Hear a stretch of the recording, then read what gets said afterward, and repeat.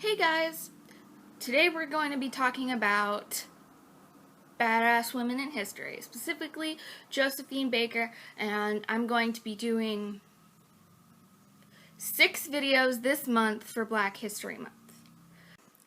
In addition to doing these videos for Black History Month, I'm also putting in the description the donation page for Black Lives Matter. A lot of these stories can present themselves, a lot of the themes in these stories can present themselves in the modern era, and I think we need to be aware of that. So I will be putting it in the description. Josephine Baker was born Frida Josephine McDonald in St. Louis, Missouri on June 3rd, 1906. Both of her parents were entertainers and performed throughout the segregated Midwest. Their careers never really took off, and this forced their daughter to look for odd jobs. If she couldn't find any, she danced on the streets and collected money from onlookers. Eventually, she caught the attention of an African-American theater group. She married at this time, taking her husband's last name and dropping her first name. So, it's Josephine Baker now. She became a very successful dancer in several vaudeville shows, a popular theater genre during the 20th century.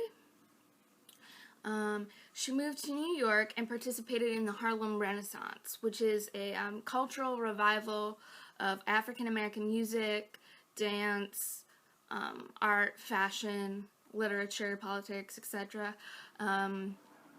centered in Harlem and New York City, spanning the 1920s and 1930s. A few years later, her success took her to Paris.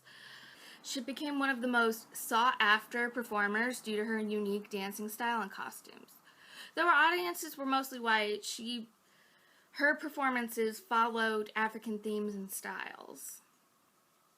In her famed show, Danse Sauvage, probably butchering that, I'm sorry, she danced across stage in a banana skirt. And that's where most people have the idea of Josephine Baker, is seeing the pictures of her in a banana skirt. She played in several successful major motion pictures produced in Europe at this time as well. She became a French citizen in 1937. She ended up working with the Red Cross and the Resistance as a member of the Free French Forces and during the war. She entertained troops in Africa and the Middle East during the German occupation of France. She aided the French officials by passing on secrets while she performed in front of the enemy. She would transport confidential information by writing secrets in invisible ink on music sheets. She was later awarded, forgive me if I'm probably pronouncing this next part wrong. She was awarded Croix de Guerre and the Legion of Honor with the Rosette of Resistance. She devoted her energy to Les Milans, her estate in southwestern France, after the war. She began adopting babies of all nationalities in the cause of what she defined as an experiment in brotherhood and her rainbow tribe, starting in 1950. She adopted a total of 12 children. She retired from the stage in 1956, but to maintain Les Milans, she later returned, starring in Paris in 1959. She traveled several times to the U.S. to participate in civil rights demonstrations.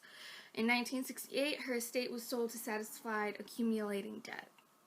Until her death in 1975, she continued to perform occasionally. The television movie The Josephine Baker Story, made in 1991, dramatized her life. Her life was also discussed in a documentary called Josephine Baker, Première Icon Noire, which translates to Josephine Baker, The Story of an Awakening, in 2018. I know there are probably some things I missed in discussing Josephine Baker and her story, but please let me know what I missed in the comments if you have anything that you think I should have discussed. So please like, comment, subscribe. Let me know which badass woman in history you want me to talk about next. And happy Black History Month. Let me know how you guys celebrate in the comments below.